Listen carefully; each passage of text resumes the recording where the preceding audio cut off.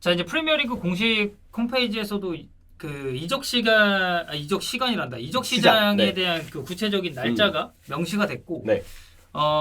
저는 이번 여름은 선수들 이적도 선수들 이적인데 이 감독들이 이제 어디로 향하는가.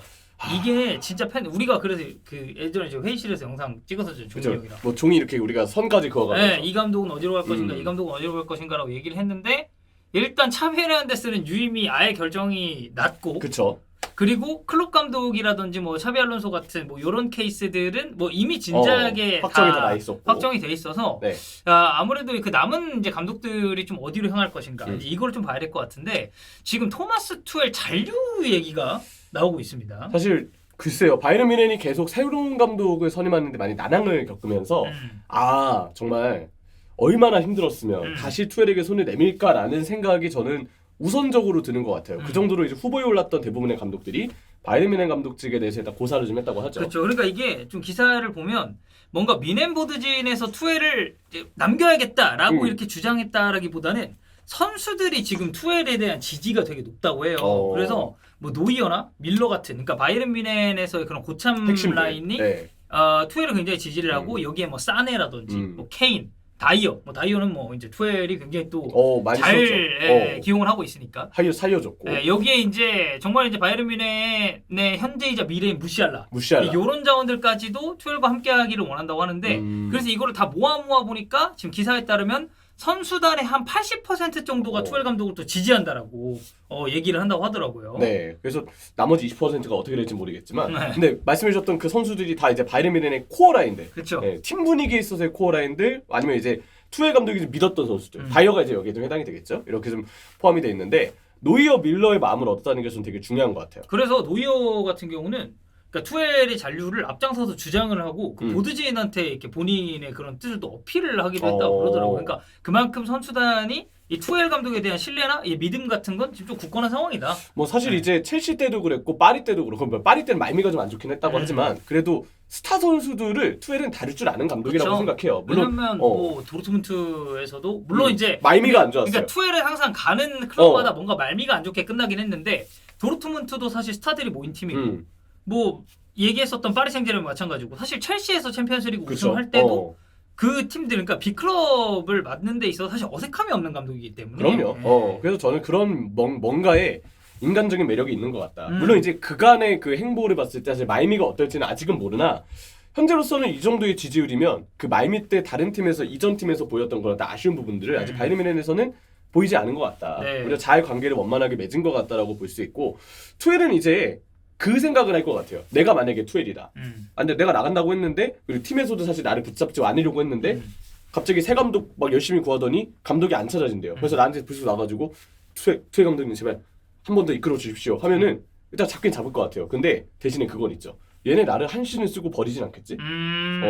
이번에 한 번 더 손을 잡아줄 텐데 그러면 내가 얻을 수 있는 건 무엇일까? 나한테 안정된 감독 자리를 보장해달라. 그러니까 이 얘기를 할 수 있을 투엘 것 같아요. 입장에서 생각을 해보면 지금 뭐 기사에서도 얘기가 나왔듯이 그러니까 바이에른 뮌헨이라는 클럽에 있어서 본인이 그러니까 임시방편이 되기를 원하진 않는 것 같아요. 그렇죠. 그러니까 2025년까지 팀에 머물고 뭔가 다른 감독이 오기 전까지 본인이 그런 지금 현 뮌헨의 상황이 일시적인 해결책이 되고 싶어 한다기보다는 좀 투엘은 장기적인 계약을 근데 저는 이게 당연하다고 보고 저 같아도 그럴 것 같아요. 아니 그리고 예를 들어서 뭐 투엘이 그러니까 막 소방수 전문이다 약간 그런 이미지의 감독들이 또 있잖아요. 근데 사실 투엘은 이제 그런 쪽이랑은 거리가 멀고 그렇죠. 이 감독은 어쨌든 팀을 맡았을 때 완전히 장기 집권까지는 아니지만 어쨌든 일정 기간 이상을 항상 클럽들에 머물면서 이제 왔었고 그만한 성과를 또 내왔었기 때문에 장기 계약을 원하고 있다고 하는데 투엘이 일단 바이언에서의 그런 미래에 대해 1차적으로 얘기를 나눴고 투엘 에이전트가 이 바이언의 스포츠 디렉터죠 크리스토프 프룬드랑도 이제 대화를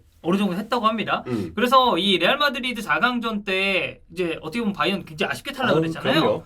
그래서 이제 투엘이 그 이후에 눈물을 좀 흘리고 그때 당시에 이제 산티아고 베르나베우에 모여 있었던 원정 팬들이 굉장히 큰 목소리로 또 투엘의 이름을 외쳤다라고 얘기가 있더라고요. 레알을 상대로 잘 싸운 것에 대한 격려일 것 같아요. 그건 실제로 이제 1, 2차전 내용이 좋았기 때문에 그런 점에서 나는 본다면 번째 골 넣는 순간 이거는 결승 올라갔다. 대학 클래시코구나 바로 생각했는데 사실 누가 알았습니까? 거기서 호셀루가 그렇게 네. 2골 넣으면서 아예 경기를 뒤집어 버릴지. 기적이라고 다들 얘기하죠. 근데 기적이 이제 희생양이 됐다는 거 그만큼 지긴 했지만 꽤 잘 싸웠다는 걸 뜻하기도 해요. 그러니까 그 순간을 기적이라고 또 부르는 겁니다. 네. 그래서 바이언 포드지는 뭐 지금 언론에 나온 것과 같이 테나나 뭐 한지 플릭, 뭐 데체르비 같은 감독들을 여전히 후보군에 올려놓고는 있는데 데체르비는 요새 이제 브라이튼이 좀 많이 안 좋아가지고 좀 약간 진짜 좀 변수가 좀 생겼고 네. 한지 플릭은 아무래도 고사하는 분위기인 것 같고 테나우는 본인은 일단 잔류를 원하고 있는데 정리되지 않을까 생각은 하지만 그렇다고 해서 바로 바이언에 갈까는 잘 모르겠어요. 네, 그래서 이제 맨유 감독 얘기도 우리가 좀 네. 해봐야 되는데 사실 맨유 굉장히 실망스러운 시즌 보내고 있습니다. 그쵸. 물론 오늘 새벽에 뉴캐슬을 이기긴 했지만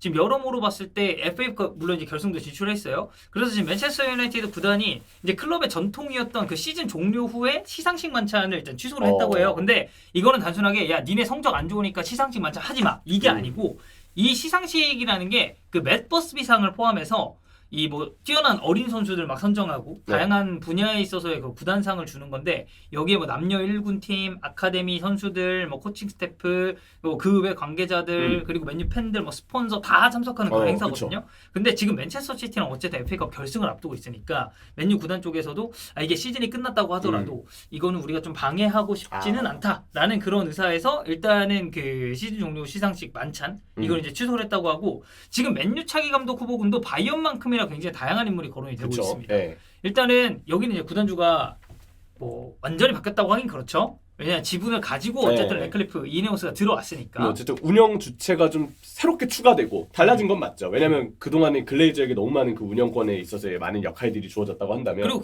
그 기간 동안 맨유는 쇠퇴를 하고 있었고 그들은 일을 하지 않았고요. 근데 이제 래클리프라는 새로운 이제 주주가 오면서 구단 운영에 참여하게 되고 그럼 조금 더 구단 운영에 대한 이 어떤 수뇌부의 방향성과 참여가 굉장히 의욕적으로 바뀔 수 있는 여지가 많다고 생각하거든요. 네. 그래서 지금 맨체스터 유나이티드 리더십 팀이 있는데 여기가 이제 장클로드 블랑, 여기에 오마르 베라르다, 여기 제이슨 윌콕스가 이 리더십 팀의 이제 멤버인데 그 래클리프가 아마 지금부터 한 몇 주 동안 이 테나가 지금 맨체스터 유나이티드 감독을 맡기에 그러니까 이 역할에 대한 적합성을 평가하도록 좀 지시를 할 것이라고 해요. 그래서 이 리더십 팀에서 어떤 결과가 나오느냐에 따라서 테나가 뭐 잔류를 할 수도 있는 거고 아니면 새 감독 후보군을 이제 고를 수도 있는 건데 지금 텔레그래프 쪽에서 얘기가 나온 건 토마스 프랭크 브렌트포드 감독이 맨체스터 유나이티드 감독 후보군으로 일단 올라 있다고 합니다. 네, 그 이제 머리 이렇게 장발에 굉장히 멋진 아저씨죠. 네, 브렌토드 감독. 그래서 프랭크 감독이 보면 지금 맨체스터 유나이티드의 이제 공동 소유주죠. 이네오스 측이랑 관계도 굉장히 좋고,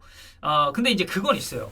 그러니까 프랭크 감독은 어쨌든 챔피언십부터 프리미어리그까지 이 팀을 올린 감독이잖아요. 그쵸, 끌어올렸죠. 그리고 브렌트포드가 처음에 프리미어리그로 승격했을 때 굉장히 많은 주목을 받았었던 이유는 그 영화 머니볼 얘기도 굉장히 많이 나왔듯이 그 데이터에 기반한 선수 영입 그리고 이 게임 모델을 구축을 하면서 이 팀을 이제 좋은 그 예시로 좀 만들었다는 평가를 듣고 있기 때문에 이 브렌트포드 내에서 프랭크 감독이 가지고 있는 직책은 단순히 헤드 코치가 아니고 매니저입니다. 총관리자. 그러니까 총관리자 역할을 맡고 있었어요. 근데 맨체스터 유나이티드는 사실 좀 달라요. 그렇죠. 여기는 신임 스포츠 디렉터인 댄 애슈워스 있고 기술 디렉터는 잭슨 윌콕스가 있잖아요. 네. 그래서 이런 이미 디렉터들이 있기 때문에 단순하게 딱 팀에만 집중할 수 있는 그런 감독을 좀 원하는 상황이라고요. 그래서 지금 프랭크의 상황과 맨체스터 유나이티드가 원하는 감독상은 약간의 차이는 있을 수 있다. 그럴 수 있겠네요. 왜냐하면 어쨌든 새로운 디렉터를 꾸렸다는 건 그만큼 디렉터 중심의 팀 전력 구성이나 새 시즌에 대한 준비 이런 부분들을 많이 생각을 하고 있다는 건데 그렇게 되면 감독의 역할은 헤드코치, 선수들 후영 봐주고 경기 준비하고 여기에만 딱 초점이 가게 되거든요. 근데 그게 이제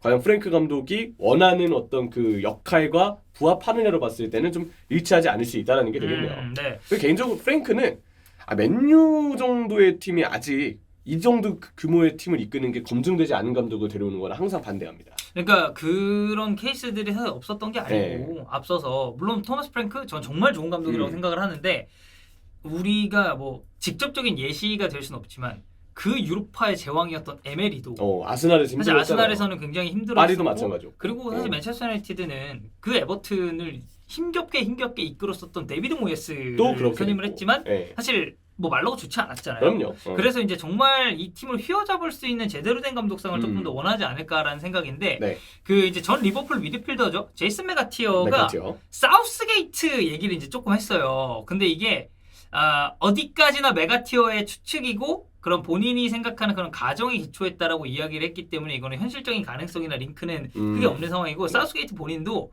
그러니까 이야기는 있는데 맨유 링크 나랑은 무관하다 이렇게 밝혔기 때문에 지금 한간에 나오고 있는 사우스게이트 링크는 제가 봤을 때 그냥 가볍게 흘러들어도 네. 되지 않을까라고 생각을 합니다. 여러 팀들이랑 많이 연결됐어요 그동안 사우스게이트는. 네. 그리고 나서 이제 또 하마평에 오른 감독 중에 하나가 지금 입스위치 타운 이번에 프리미어리그로 승격시켰죠. 키어런 맥케나. 솔샤르 때 코치였죠. 여기는 네. 이제 아예 맨체스터 유나이티드랑 완전 연도 있고 네. 그래서 뭔가 데려왔을 때 사실 그 보긴 좋아. 보긴 좋죠. 맞아. 네. 맨체스터 유나이티드에 이미 경험이 있고 그리고 그 솔샤르 사단일 때 전술적인 아이디어는 주로 맥케나가 짜고 구성한다는 맞아. 얘기들이 그래서 막 팬들이 뭐 우스갯소리로 솔샤르 본체는 사실 맥케나다 이런 얘기도 했었으니까. 그게 많았었죠. 그래서 지금 가디언 쪽 얘기 들어보면 맨체스터 유나이티드랑 맥케나가 초기 접촉은 했고 그래서 이렇게 추정이 되고 뭐 맥케나는 사실 맨유 18세 이하부터 뭐 1군디 코치로 네. 일을 했었으니까 그리고 아까 제가 얘기했었던 그 리더십 팀 있죠. 그 리더십 팀으로부터 맥케나는 상당히 높은 평가를 받고 있대요. 그래서 후보 자리가 진짜 딱 나왔을 때 그러니까 턴아웃 안 되겠다라고 판단이 됐을 때는 진지하게 이제 좀 고려 중이다라는 얘기도 있어요. 근데 이제 문제는 맥케나의 계약 상황이나 이런 걸 좀 봐야 되는데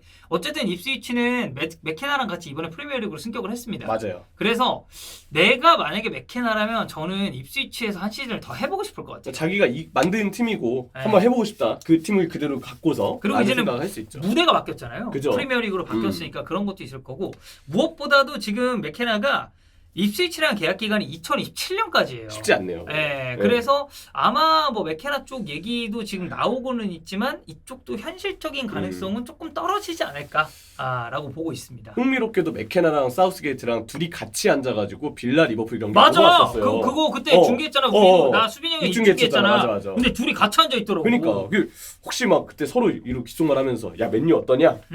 난 해봤는데 괜찮은데 뭐 연결시켜줄까?